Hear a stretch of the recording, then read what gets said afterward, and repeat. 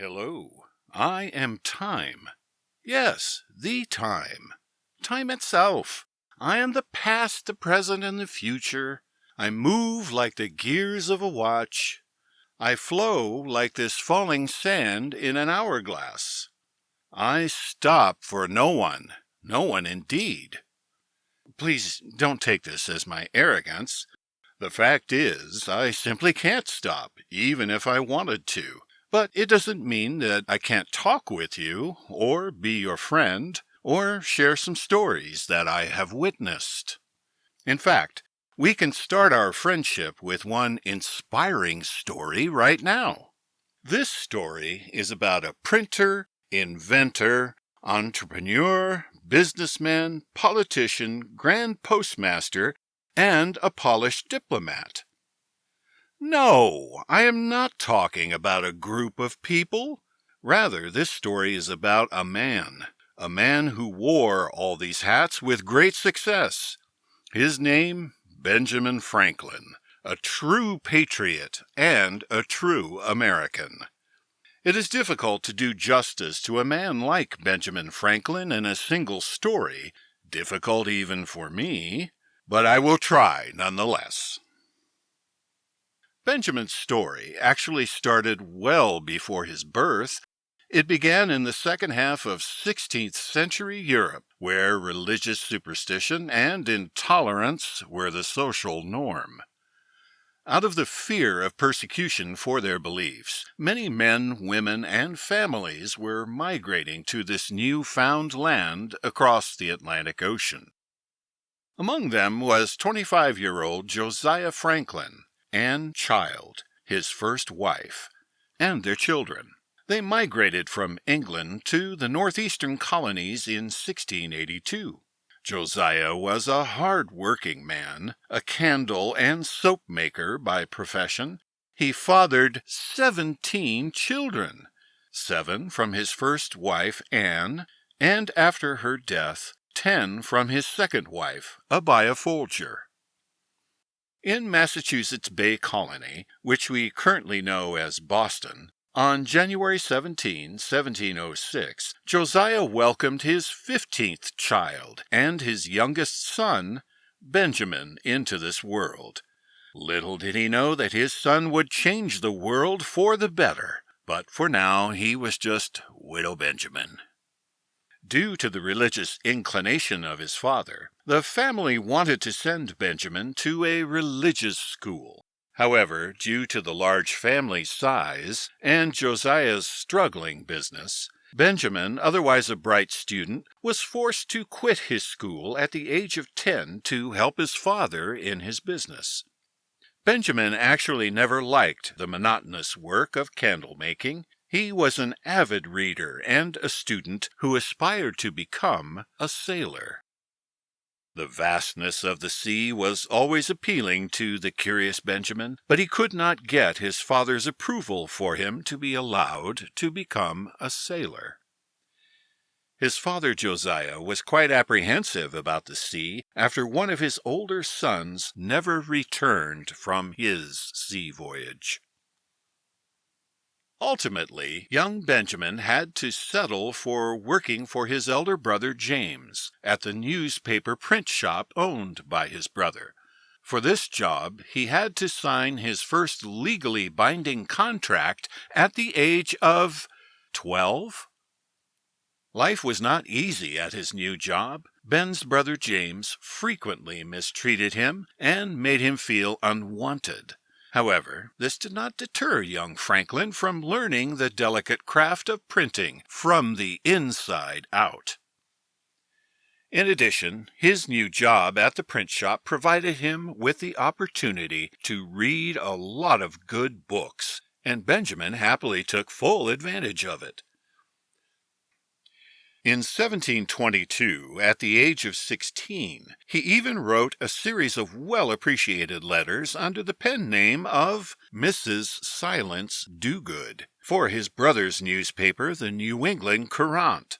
However, his brother found out about this and could not digest that his younger sibling could outshine him. As a result, young Franklin has to face much harsher behavior and insults on a regular basis. Enough, thought Benjamin, and finally he fled to Boston in 1723, leaving the 3 remaining years of the legal contract behind.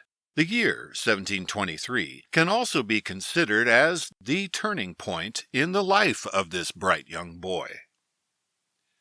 Fascinated by his newfound freedom, Benjamin started exploring new places from Boston to New York and then finally Philadelphia. But he could not resist the calling of his skills, which he had learned through dedication and patience. He soon started working for a reputable printer in Philadelphia, a city where he was to spend most of his life, but of course he was not aware of this yet. The same year, 1723, he fell in love with the young Deborah Reed, daughter of his landlord Frank Reed, his future wife, the mother of his children, though he was not aware of this yet either. A year later, in 1724, on the assurance of William Keith, then governor of Pennsylvania, Benjamin traveled to London to pursue his dream to start his own print business. However, the promise of discounted printing supplies did not materialize, and he was stuck in a new place with very little money. Young Franklin turned this unwanted situation into an opportunity. He started working in the printing presses of London and learned many new tricks of the print craft. He continued working in London for more than 2 years and prudently saved his hard-earned money before returning to Philadelphia in 1726. Once back, he soon started his family with Deborah Reed as his common-law wife in 1730, and William, his son from his earlier relationship. Their early married life was full of happiness. In the meantime, Benjamin also started his own print business along with his friends. The business picked up fast, and orders from the government to publish official documents and pamphlets turned out to be comfortably profitable.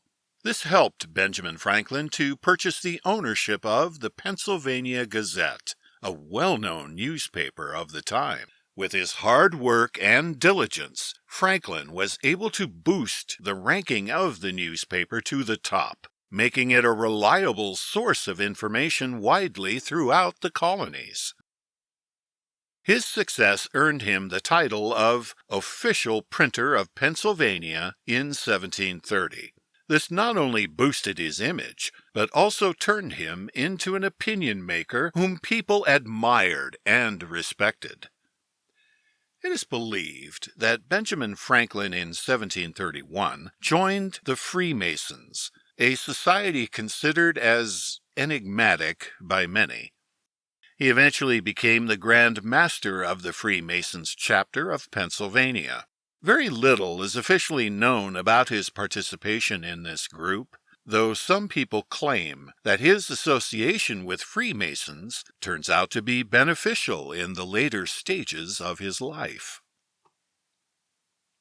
1732, Benjamin published the first edition of his most famous print work entitled Poor Richard's Almanac, under the pen name of Richard Saunders. It was continually published for more than 2 decades, until 1758 to be specific. It is still remembered and widely read for its sayings and aphorisms. Quotes like, "Lost time is never found again," my personal favorite. "A friend in need is a friend indeed. Well done is better than well said. God helps those who help themselves. Honesty is the best policy," and many others were first published in this book series. All of these quotes and idioms are still relevant today and continue to be commonly used. Also in 1732, Deborah and Benjamin were blessed with a baby boy, Francis. But their happiness was short-lived, as they lost their son to smallpox after only 4 years in 1736. After mastering and practicing the print business for many years, Franklin's inquisitive mind drove his interest towards science and its applications. In fact, his inventions and contributions in the science field are well worth mentioning. He is widely credited for inventions such as the Franklin stove, the flexible medical catheter, bifocal eyeglasses, the rocking chair, the lightning rod, swimming fins, and the musical instrument known as harmonica, among others. He never patented any of his inventions and let the general public benefit from them free of charge. His experiments with electricity made him well known even outside of America.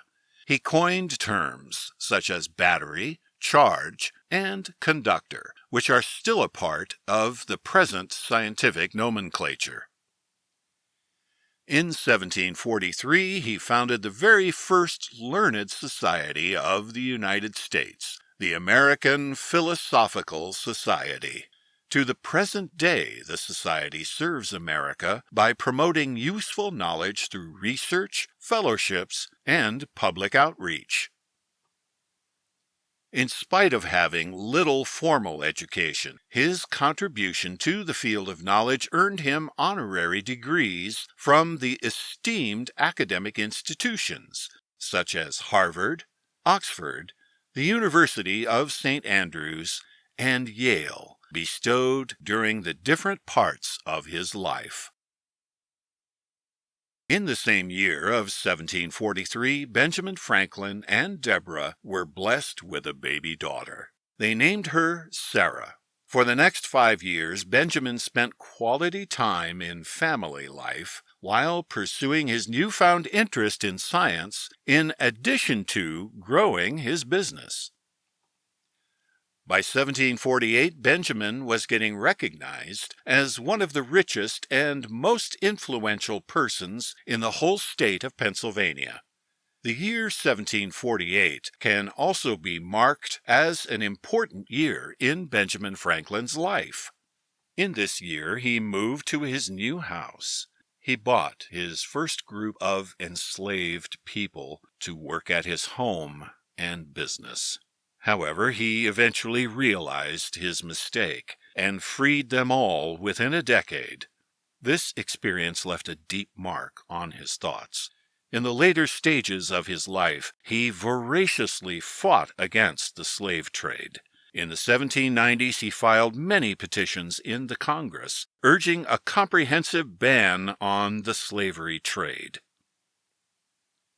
Franklin's political career was also officially started in the very same year of 1748, when he joined Philadelphia's City Council as a member. 2 years later, in 1751, he became an elected member of the Pennsylvania Assembly, a post which he would continuously hold for the next 13 years.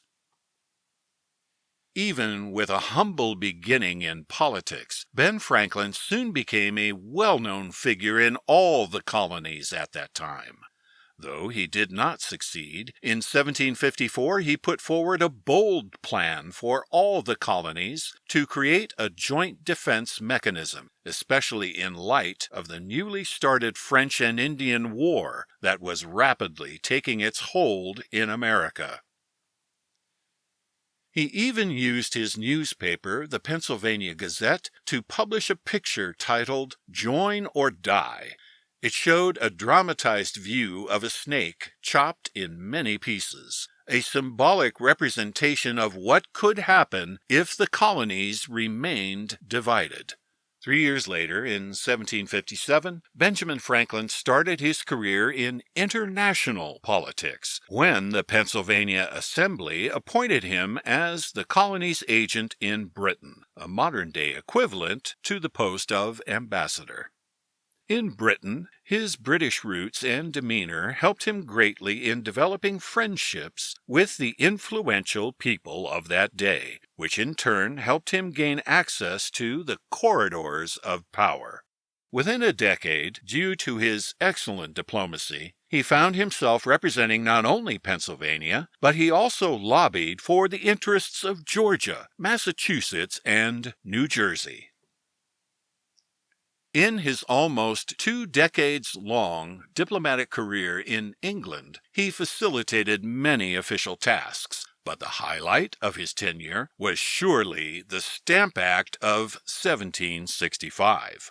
In a few years, this act was going to define British-American relations. Many historians consider it the spark that ignited the American Revolutionary War.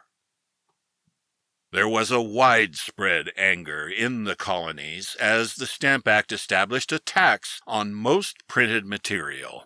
Though initially hesitant, but a printer himself, Franklin could gauge the American public's anger and clearly opposed the act, as evident from his testimony in the British Parliament. The act was repealed in 1766, but Benjamin was not happy due to the insensitive British behavior. This event did ignite that patriot cause in him. After the death of his wife Deborah in 1774, due to her poor health and a stroke she suffered at the age of 66, Franklin finally returned to America in 1775. On his return, he joined the Continental Congress, the body that was serving as a unified government of all the colonies. In part, this body also represented the growing frustration of the American people with the increasingly invasive British laws. On July 4, 1776, the Second Continental Congress adopted the United States Declaration of Independence, to which Benjamin Franklin was a signatory and one of the team who wrote it. Acknowledging Benjamin's diplomatic credentials, the Continental Congress appointed him as a commissioner to France in the second half of 1776. We can very well say that Benjamin Franklin was America's first ambassador to France. The Continental Congress wanted him to enlist French support for the cause of an independent America. Once in France, his fame and delicate diplomatic skills facilitated his entry into the high places of power, including the court of the King of France, Louis XVI. With his dedicated efforts, he was able to bring France and America closer. Within 2 years of Franklin's arrival in France, he played an important role in the Treaty of Alliance with France in 1778, and later the Treaty of Paris on September 3, 1783. This was a treaty between the United States and England, effectively ending the war and the American Revolution. Encouraged by the humbling defeat at the hands of the Americans in the Battle of Yorktown, in this treaty, Britain recognized the United States as a sovereign nation and provided favorable terms. In 1785, after finishing his tenure, Franklin sailed back to his now independent motherland, a long-cherished dream of his. Once back in America, Franklin was asked to represent Pennsylvania at the Constitutional Convention. This convention met in the Pennsylvania State House in Philadelphia from the 25th of May to 17 September 1787 with the intention of drafting and ratifying the United States Constitution. Again, his diplomatic skills were instrumental in getting many delegates to ratify the Constitution. At the time of the convention, he was not in good health. He was so infirm that he had to be carried to many sessions in a chair. However, his spirits were high, and he became one of the signatories of the first draft of the U.S. Constitution. In fact, He was the only founding father who signed all 4 important documents of American history up to that time: the Declaration of Independence in 1776, the Treaty of Alliance with France in 1778, the Treaty of Paris establishing peace with Britain in 1783, and the U.S. Constitution in 1787. A true gentleman and a true patriot, after serving his nation with honor and dignity, and after realizing his dream of an independent America, he finally rested at the age of 84 on 17 April 1790 in Philadelphia, where he was buried next to his late wife. Because of his services to the nation, he is, and always will be, remembered as a founding father of America. The country has honored him by naming several buildings, towns, and schools after him. His image on the $100 bill is a symbol of affection and respect, so that future generations may be inspired by him. May God bless Benjamin Franklin, and may God bless America.